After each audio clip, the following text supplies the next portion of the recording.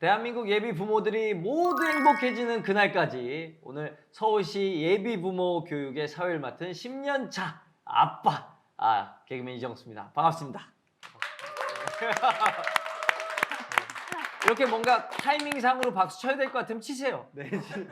오늘 정말 실제 예비 부모님들 이렇게 모셔놓고 함께 얘기를 나눠볼까 합니다. 오늘 얘기 중에 저희가 이제 전문가분 모시고 얘기를 나누겠지만 실제 예비 부모님들이 진짜 궁금한 부분들 이제 소통할 수 있는 시간도 따로 있으니까 나중에 질문할 수 있을 때 자유롭게 해주시면 좋겠습니다. 자, 지금까지 출산한 분들에 대한 이야기들은 많이 있었지만 출산하기 전에 예비 부모들을 위한 교육이 많이 부족했던 것 같아요. 그래서 오늘 이 시간을 만들었고요.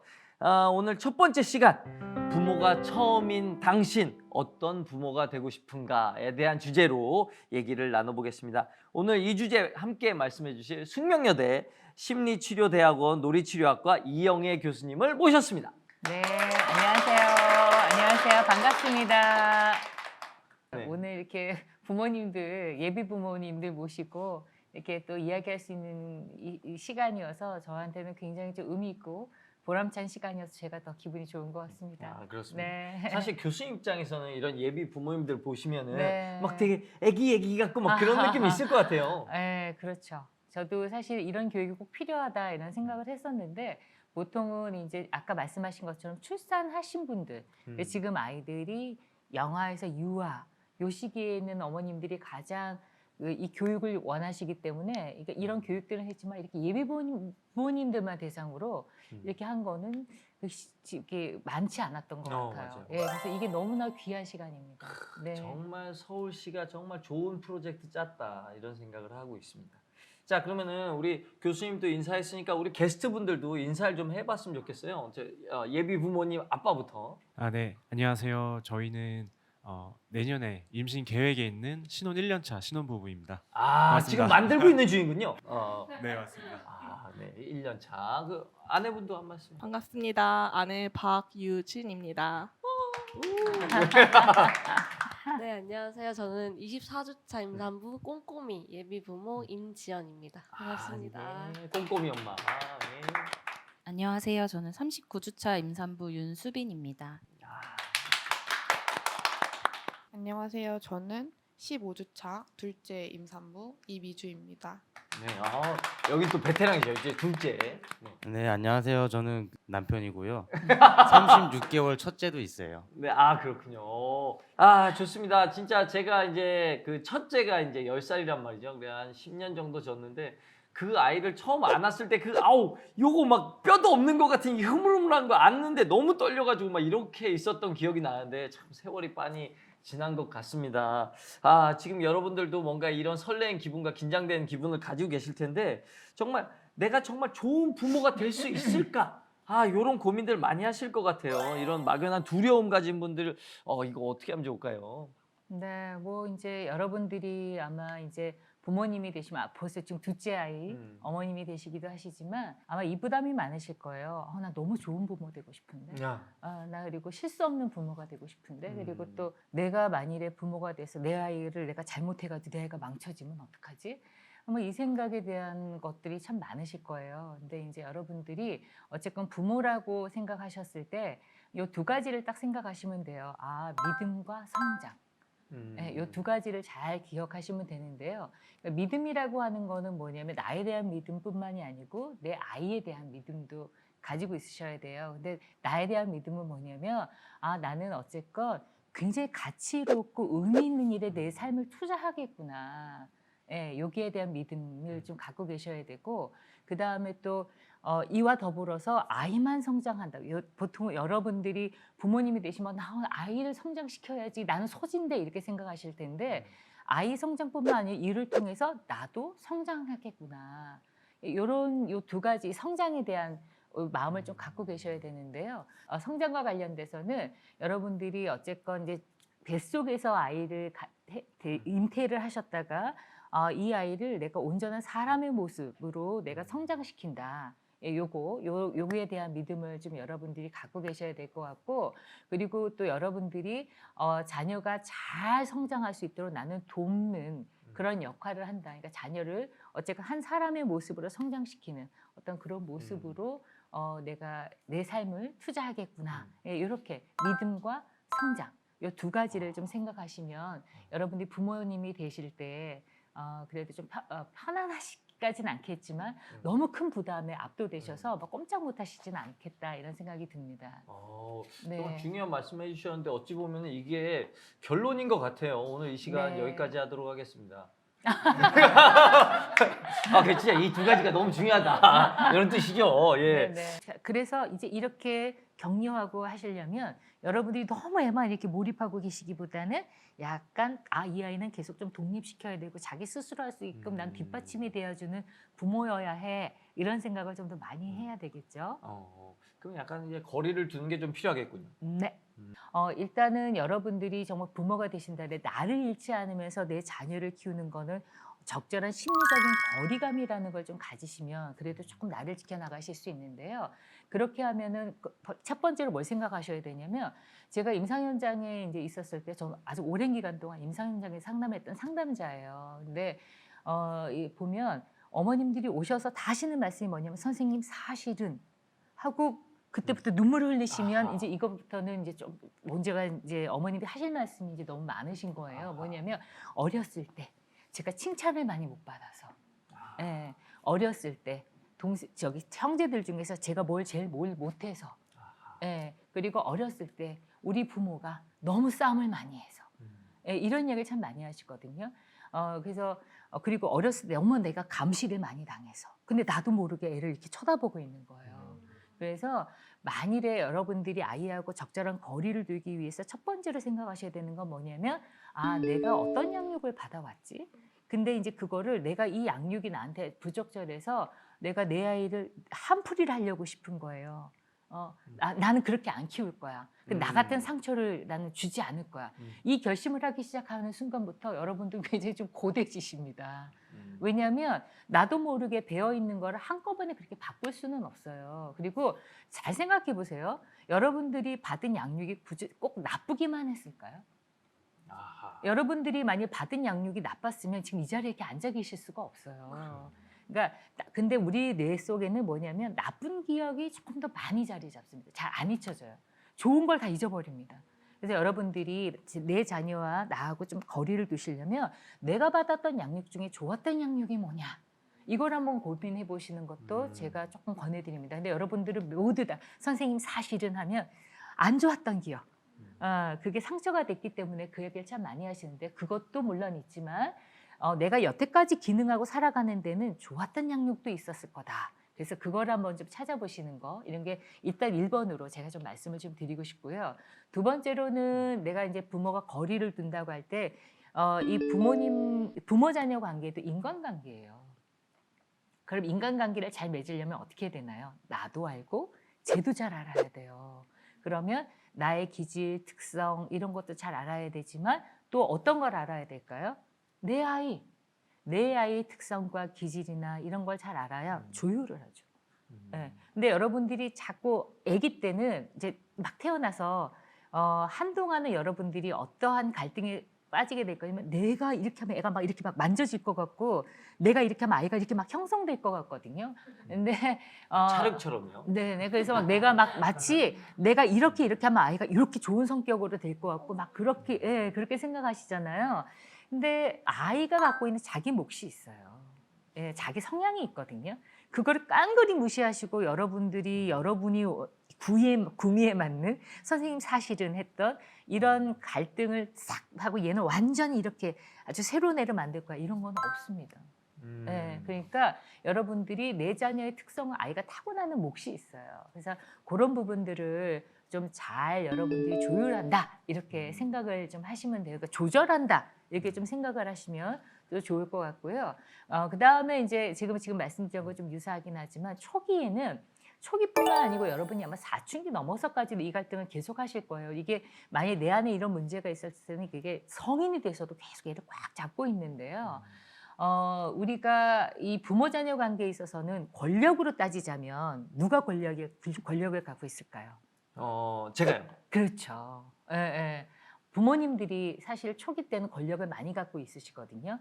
근데 이제 권력을 너무 갖고 있으면 우리 뇌가 뭘 착각하게 되냐면 우리 권력에 빠지게 되면 조금 어떻게 되냐면 내가 지배하려고 하고 공감 능력이 싹 없어집니다.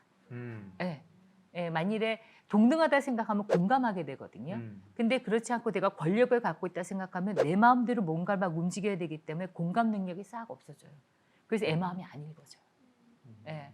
그래서 여러분들이 이 권력 관계에 있어서 내가 더 지금 너무 큰 권력을 휘두르지 않도록 해야 되겠다. 예, 이렇게 좀 생각을 하시면 이제 그렇게 생각하시려면 중요한 건 뭐냐면 아하 이 아이는 지금 이제 막 태어난 정말 이 나와는 다른 존중받아 마땅한 그런 존재다. 이렇게 자꾸 생각을 자꾸 되뇌이시는 거 이런 게 좀 필요하겠습니다. 아, 정말 다들 좋은 부모가 되고 싶어 하는데 어떻게 하면 좋은 부모가 될 수 있는 걸까요? 여러분들이 기대를 하나 딱 버리셔야 되는데요. 좋은 부모가 될 때 완벽이라는 단어를 버리시면 됩니다. 예, 완벽이 아니고 그냥 노력이라고 생각하시면 됩니다. 그래서 어떨 땐 너무 부담을 가지고 계신 분들한테는 51%만 돼도 된다 이렇게 설명하게 드릴 때도 있어요. 너무 부담을 가지실 때는. 그래서 여러분들이 초점은 완벽이 아닌 노력이다. 예, 이렇게 좀 생각하시면 노력하실 때는 공부도 좀 하셔야 되고 양육에 대해서 이렇게 와서 좀 들으시기도 하셔야 되고 이게 노력이죠, 그렇죠? 예, 그래서 이렇게 하시면 되겠고 두 번째는 여러분들이 이제 너무 부담을 가지시는 거 내가 이렇게 하면 내 아이가 이렇게 될 텐데 내가 이렇게 하면 나중에 이 아이가 하버드 가게 될 텐데 내가 못해서 하버드를 못 갔나 이렇게들 막 생각하신단 말이에요. 예, 근데 그게 아니고 여러분은 그렇게 아이를 막 창조하시는 존재가 아니고요.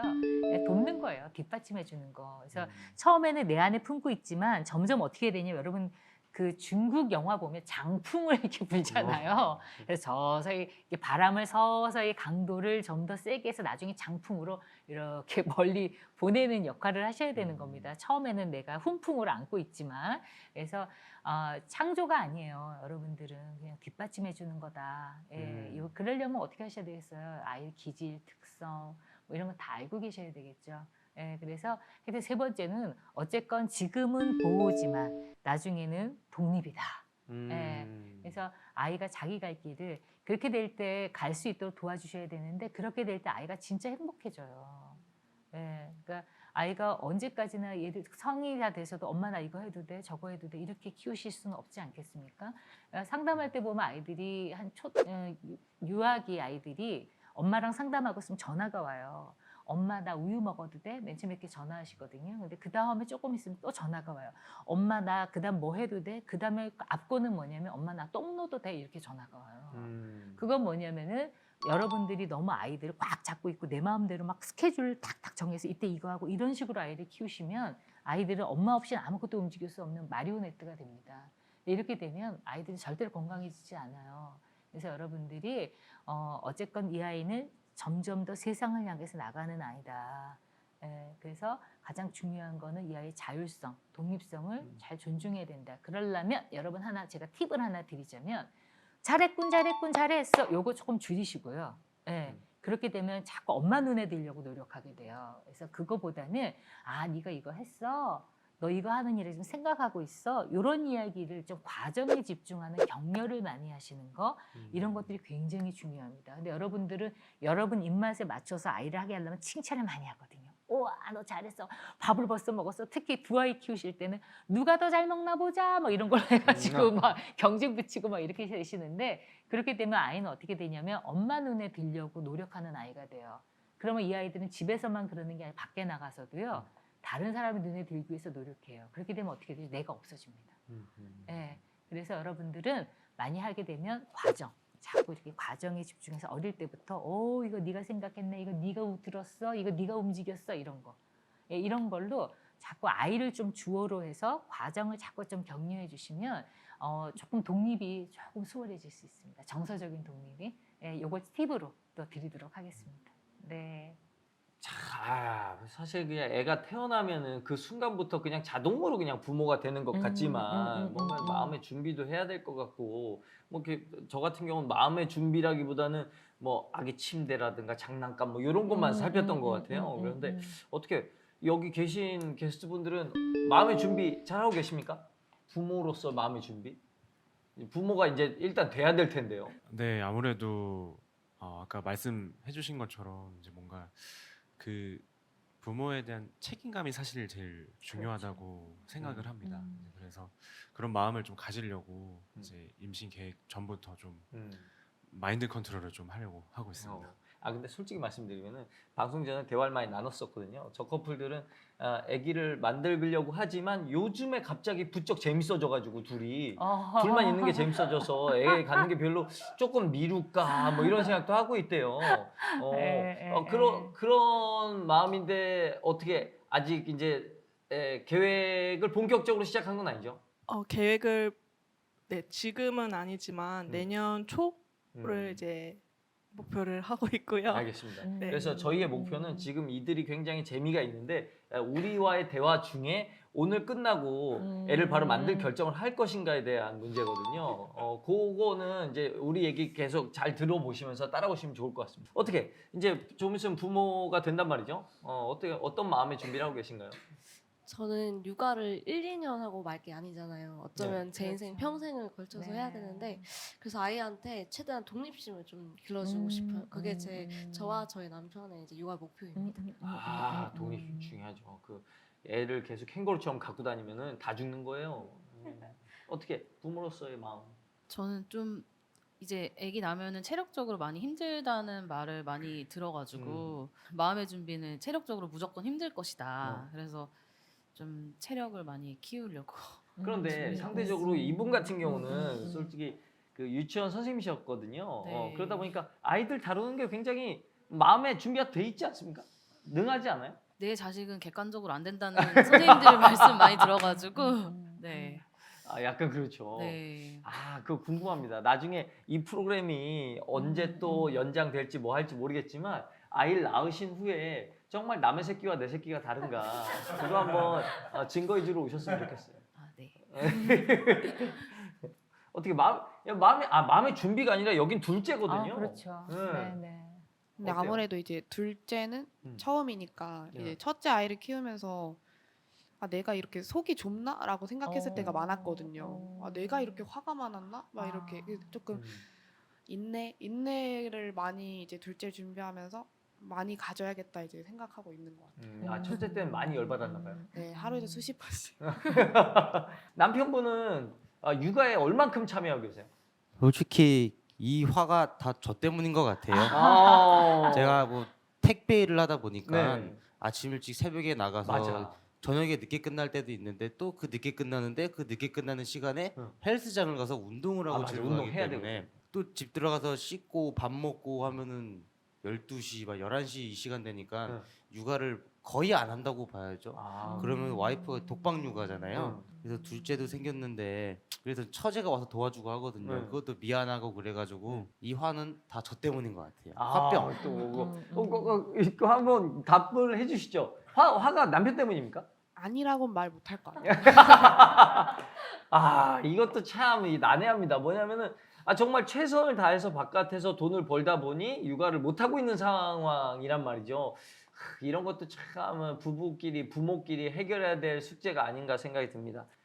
이분들이 이미 마음은 어느 정도 준비가 돼 있는 것 같아요. 그런데 뭔가 마음의 준비 사항이라는 게 뭐 이렇게 딱 나와 있는 그런 게 있을 것도 같습니다.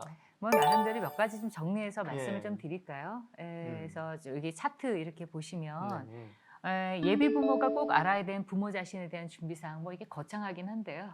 말씀을 첫 번째 드리면 내 어린 시절에 이제 한이 된 부분을 자녀를 통해서 풀려해서는 안 된다. 그러니까 예를 들면 아까 제가 말씀드린 거이기도 한데요. 여러분들이 아마 많이 딱 들으면 나도 이거 좀 좋아지고 싶다 하는 대표적인 게 자존감이에요. 예. 그래서 나는 항상 좀 자존감이 낮다 이렇게 생각해서 근데 그런 것들이 칭찬을 못 받았기 때문이다. 그러면 내 아이는 나 같은 상처를 다시 반복하게 하고 싶지 않다. 그래서 이제 너무 칭찬을 과도하게 한다거나 너무 아이에게 맞춰준단 말이에요. 예를 들면 또 어떤 부모는 어릴 때 너무 옷을 물려 입었어. 그래가지고 내가 딸을 낳으면 정말 예쁜 옷을 많이 사서 입혀야지 이렇게 생각을 하셔가지고 막 준비를 딱 하셨어요. 그랬는데 아들이 이 아이가 딸을 태어났는데 두 번째 건강 상태, 기질, 성격 특성 뭐 이런 거 나뿐만 아니고 자녀에 대한 거를 잘 모르시면 어떻게 되냐면 아이는 이런 촉각이 예민한 아이들 옷 아무거나 잘 안 입으려고 그러거든요. 아침마다 싸우는 거예요. 진짜 미치겠어요. 우리 둘째 양말을 그렇게 안 신어. 예. 그게 진짜 자기 촉각이 안 맞으면 잘 안 신거든요. 그러면 이제 이거 어머니는 한풀이를 나는 예쁜 옷을 입혀서 내 어린 시절 그리고 또 너 저기 칭찬 많이 해가지고 아이를 잘 키우고 싶은데 얘네 점점 더 말을 안 듣네. 이렇게 되니까 이런 것들 때문에 되게 많은 혼돈을 좀 갖고 있게 되세요. 그래서 이 여러분들이 물론 어렸을 때 못 받았던 거를 내 자녀에게 잘 해주려는 건 좋지만 그거를 항상 뭐하고 조율해라. 내 자녀하고 조율하는 게 필요하고 그다음에 두 번째로 또 여러분들이 양육을 하시면서 아까 독박 육아 뭐 이런 이야기도 많이 하셨잖아요. 그런데 이게 이제 나도 모르게 자꾸 화가 난다. 이게 만약에 신체적인 에너지가 고갈돼도 되게 화가 많이 나거든요. 그리고 또 어머님들이 또 화가 많이 나는 이유 중에 하나가 갑상선에 문제가 있었을 때 굉장히 화가 많이 납니다. 예. 그래서 이런 이 호르몬 문제라든지 이런 부분들을 반드시 좀 점검하셔야 돼서요. 아이들한테 영양제 하나 주실 때 여러분들이 보약 한 첩 드시는 거, 이런 게 반드시 필요해요. 여러분의 행복과 건강이 자녀를 행복하고 건강하게 만들 수 있어요. 근데 나는 다 소진시키고 난 애만을 위해서 결국 아이가 행복해지지 않습니다. 그래서 그렇게 여러분들을 먼저 좀 잘 챙기시는 거 그리고 여러분들의 기질 성향 이런 것도 잘 보셔야 돼요. 그 다음에 아까 말씀드린 것처럼 자녀의 성장에 맞춰서 나도 같이 성장한다. 이거 뒤에 가서 다시 한번 이 부분을 좀 말씀을 좀 드릴 텐데요. 아이는 1살일 때 1살에 맞는 양육 방법이 있어요. 영아일 때 영아에게 맞는 양육 방법이 있고 근데 아이가 1살일 때 부모 양육관에 딱 고정이 되시면 어떻게 되냐면 얘가 10살인데도 1살처럼 돼야 하시는 거예요. 그러면 아까 말씀하신 독립적으로 키우는 건 물 건너 가버리는 겁니다. 그래서 여러분들이 항상 내가 주고 싶은 거는 아이의 발달에 맞춰서 가는 것이 좀 필요하다. 그리고 아까도 말씀드렸지만 여러분 완벽한 거를 꿈꾸시면 정말 나중에 여러분 병원 가셔야 돼요. 너무 스트레스 받으셔서 완벽한 부모가 아니고 그냥 노력하는 부모이시면 됩니다. 그래서 그렇게 조금 양육의 부담을 조금만 좀 낮게 가지시면 어떨까 이렇게 생각합니다. 네. 아 그렇습니다. 요거 큰 도움이 됐을 것 같고 요거 하나씩 사진 찍어 가세요. 찍어가시고. 네. 자 우리가 이제 부모에 대해서 어느 정도 좀 이해가 된 것 같은데 자녀에 대해서도 한번 생각해 볼 시간이 필요한 것 같아요. 자녀 우리는 솔직히 어느 누군가의 자녀 아니었겠습니까? 네, 예. 네. 그래서 어떤 자녀였나요? 저는 지금 돌이켜 보면 좀 하고 싶은 것들을 좀 많이 하고 자랐던 것 같습니다. 그리고 약간 귀하게 자란 것 같아요. 아, 네, 감사합니다. 뭐 예를 들어서 뭐 옷을 원하는 옷을 산다거나 이제 꼭 가지고 싶은 것들은 꼭 생떼를 써서라도 좀 가졌던. 야, 저 느낌 알거든요. 자녀가 태어나는데 애가 자, 가지고 싶은 걸 생떼를 쓰는 걸 계속 보고 있으면 얼마나 열받는데. 자, 어떤 자녀셨어요? 저는 지금도 부모님한테 말하는데 저는 제가 혼자서 컸다고 늘 얘기를 하거든요. 부모님은 사실 금전적 일을 그러니까 부모님께서 맞벌이를 하시다 보니까 금전적으로는 제가 뭐 학원을 가고 싶어 뭘 하고 싶어 했을 때 도움은 주셨는데 저는 그게 약간 부모님과의 애착관계가 조금 많이 생기지 않아서 내가 피해를 끼치면 안 돼 이런 마음으로 최대한 돈이 안 들고 부모님한테 말하지 않을 것들을 찾아서 늘 했던 것 같아요. 집단 생활들을. 뭔가 좀 짠하네요. 그런가요? 어떤 자녀였습니까? 저도 앞에 분이랑 약간 비슷한데요. 저는 이제 장녀예요. 네. 딸 아들 중에 이제 장녀인데 저도 금전적인 부분에서는 정말 충분하게 정말 받고 컸지만 정서적인 부분에서는 조금 첫째니까 알아서 해야지 좀 동생들을 돌봐야지 약간 이런 부분에서는 조금 부모님께 정서적인 약간의 결핍이 있는 것 같은 것처럼 생각이 들어요. 그렇구나.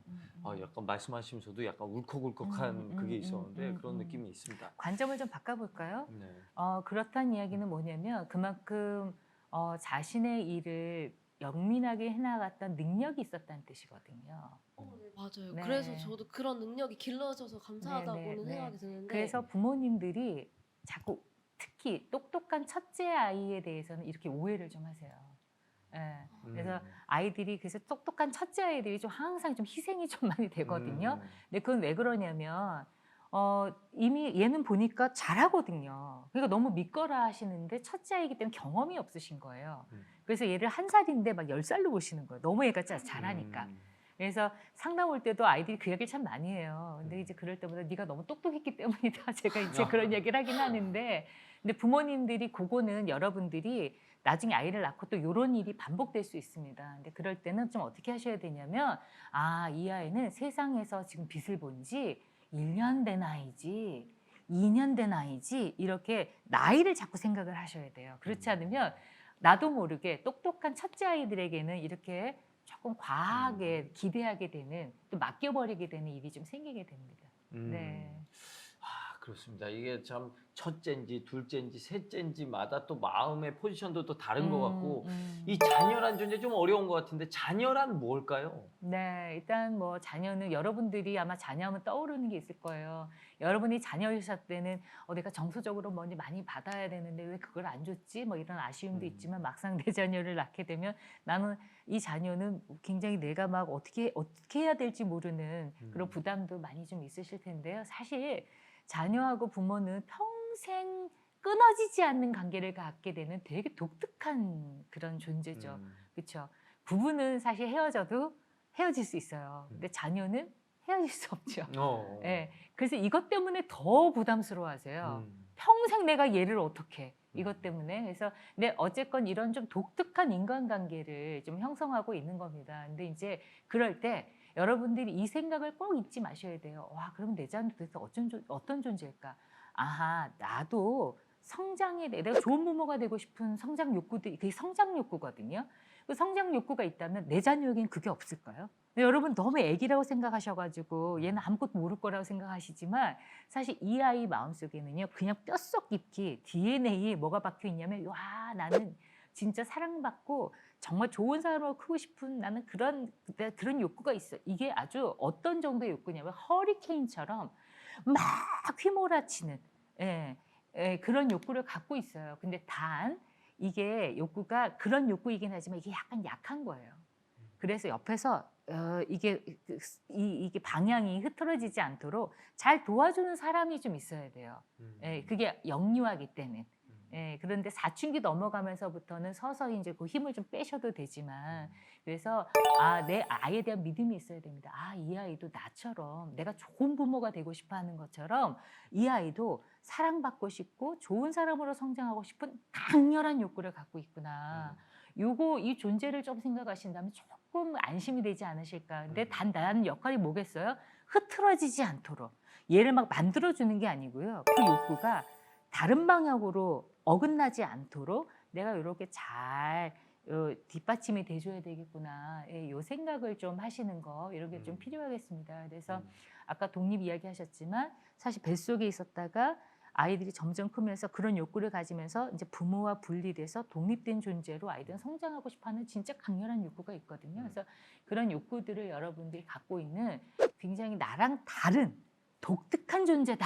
이렇게 좀 생각을 하시는 거 이런 게 좀 필요하시겠다. 네, 이렇게 생각이 됩니다. 그러니까 나랑 다른 진짜 독립된 존재라고 네. 생각해야 되는데 이게 저도 이제 아이를 성장시켜서 나에게서 떠나 보내는 게 저의 최종 목표거든요. 그렇죠. 그런데 그러다 보니까 아이가 나에게 떠날 때 진짜 완벽하게 해서 떠났으면 좋겠고 그래서 막 진짜 찰흙처럼 빚어갖고 보내고 싶은 이런 마음이 막 드는데 네. 이게 아이를 그런 식으로 뭔가 소유물처럼 내가 어떻게 컨트롤할 수 있는 존재로 생각하면 안 되겠죠. 뭐 안 되긴 하는데 그게 사실 쉽지가 않아요. 특히 어머님들 같은 경우 이게 좀 쉽지가 않아요. 아버님들은 아까도 말씀하셨지만 얘가 내 자식 내가 어떻게 손을 대야 될지도 모르겠고 어떻게 안아줘야 될지도 모르겠고 뭐 이런 것 때문에 나중에 보통 어머님들 오셔서 그래도 아빠가 아이를 보기 시작한 게 얘가 말을 하면서부터는 아이랑 관계를 맺어야지 이런 얘기를 하시는데요. 어머니 같은 경우는 그게 안 되는 이유가 뭐냐면 한 몸이었거든요. 생물학적으로는. 한 몸이어서 내가 10개월을 데리고 있었어요.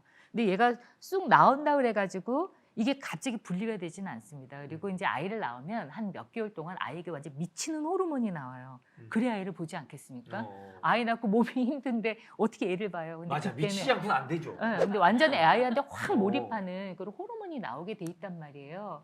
그래서 근데 이게 이제 이것 때문에 내가 한 몸이었던 요 생물학적인 특성 때문에 사실 분리시킨다라는 게 사실 좀 쉽지는 않아요. 1번.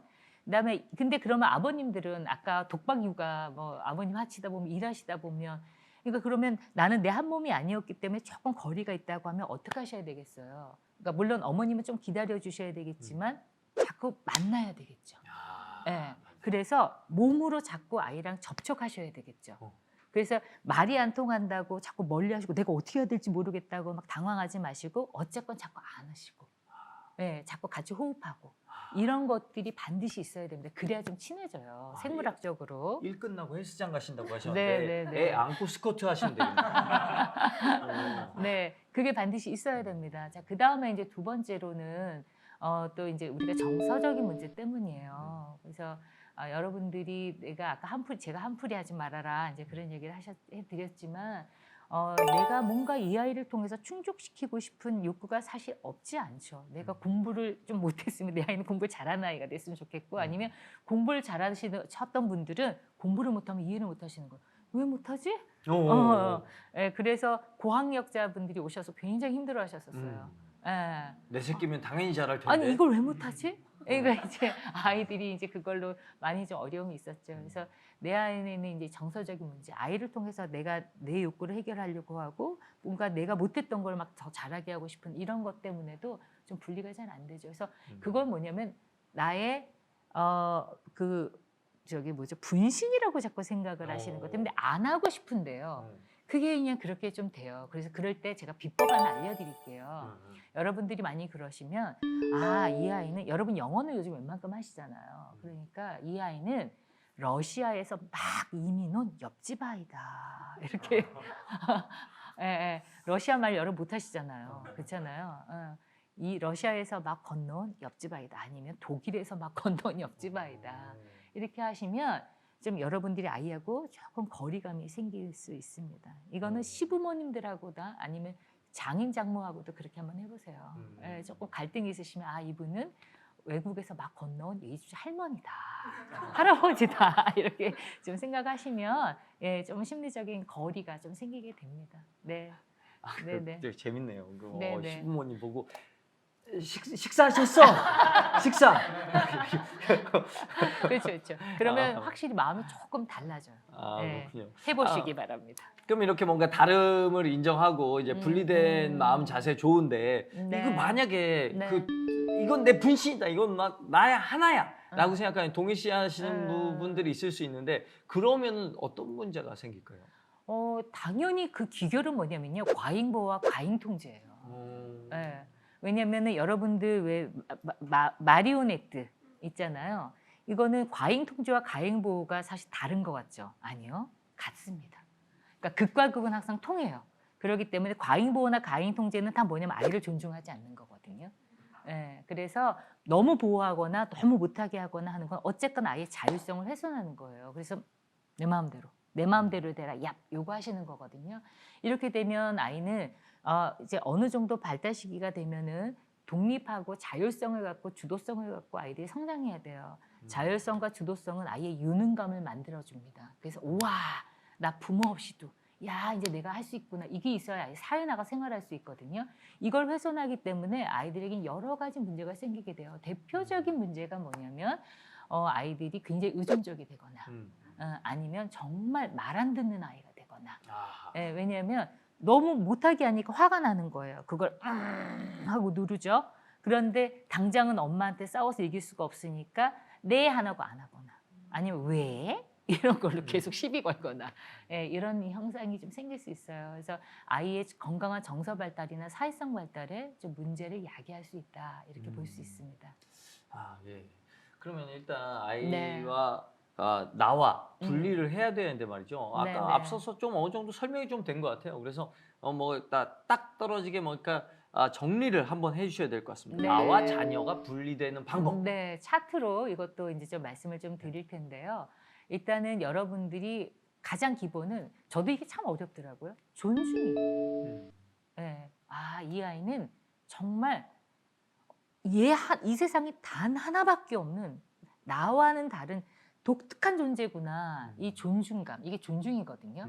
근데 이게 좀 쉽지 않죠. 예, 그렇지만 자꾸 되뇌이셔야 돼요. 왜냐하면 근데 그걸 하시려면 여러분들이 어떻게 하셔야 되냐면 나는 이렇게 되게 좀 다른 사람하고 다른 독특한 존재지라고 하는 것부터가 먼저 확립이 되셔야 됩니다. 예. 그러면 아이도 그렇게 좀 보실 수가 있거든요. 그래서 이런 것들을 좀 받아들이셔야 되고 그 다음에 여러분들이 두 번째도 똑같은 이야기지만 자꾸 되뇌이시는 거예요. 그거를 맞아 얘는 나랑 다르지 이렇게 생각하셔야 되겠고 그 다음에 만일에 이제 이것도 있어요. 저희가 이제 임상에서 어머니 이럴 때 아이 마음을 이렇게 읽어주세요. 그러면은 오셔가지고 어머 선생님 마법 같아요. 애가 그랬더니 말을 딱 들어요. 그래가지고 막 그렇게 오시는데 어머니 한 번 했다고 아이가 됐다고 너무 좋아하지 마세요. 그 다음엔 그렇게 말을 잘 안 듣습니다. 제가 이런 얘기 하거든요. 그럼 맞아요. 오셔서 이제 또 그러시는데 만일에 아이가 내가 딱 말했는데 입력이 돼서 딱 바꿨어. 사람입니까? 로봇이지. 이렇게 생각하셔야 돼요. 얘는 사람이고 자기의 생각을 갖고 있기 때문에 얼마든지 변수가 생기는 거죠. 근데 그걸 자꾸 기대하시면 안 돼요. 그리고 특히나 내가 말을 잘 들었던 부모님들, 어렸을 때 아니면은 내가 말을 잘 안 들었던 부모님들이나 이렇게 좀 극우르게 하시는 분들은 말을 안 들을 때 굉장히 화가 나요.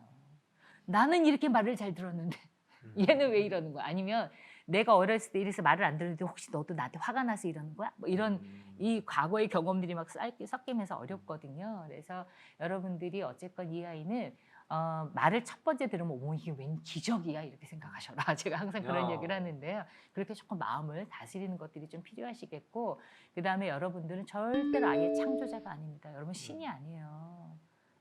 신이 아니기 때문에 여러분들은 돕는 사람이다. 이렇게 생각하시는 것이 좀 필요하시겠습니다. 네. 좋습니다.